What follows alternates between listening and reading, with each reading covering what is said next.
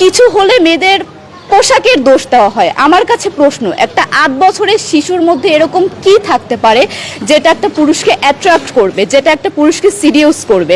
সেরকম হলে আসলে ধর্ষণ করা হতো সবসময় প্রাপ্তবয়স্ক মহিলাকে, কিন্তু আমরা আসলে পরিসংখ্যান গবেষণা করলে দেখতে পারি যে ধর্ষক সবচেয়ে বেশি করা হচ্ছে শিশুদেরকে, কিশোরীদের সবচেয়ে বেশি ধর্ষণ করা হচ্ছে।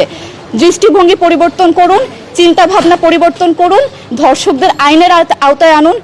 যদি আইন উপদেষ্টা অথবা প্রশাসন যদি ধর্ষকদের শাস্তির ব্যবস্থা না করতে পারে, আমাদের হাতে তুলে দেন, আমরা নিজেদের হাতে শাস্তি দিয়ে দিতে পারবো। এই সাহস আমাদের মধ্যে আছে। বেঁচে থাকার জন্য আমাদের যতটা কঠিন হতে হবে, আমরা কঠিন হওয়ার জন্য প্রস্তুত আছি। আমরা ফাঁসি চাই, ধর্ষকদের কঠোর থেকে কঠোরতম শাস্তি চাই। যতদিন না পর্যন্ত ফাঁসি দেওয়া হবে, যতদিন না পর্যন্ত ধর্ষকদের শাস্তির ব্যবস্থা করা হবে, আমরা আমাদের আন্দোলন অব্যাহত রাখবো। দরকার হলে আমরা শিক্ষা প্রতিষ্ঠান বন্ধ করে দিব, তবুও আমরা থামবো না। এটাই আমাদের দাবি।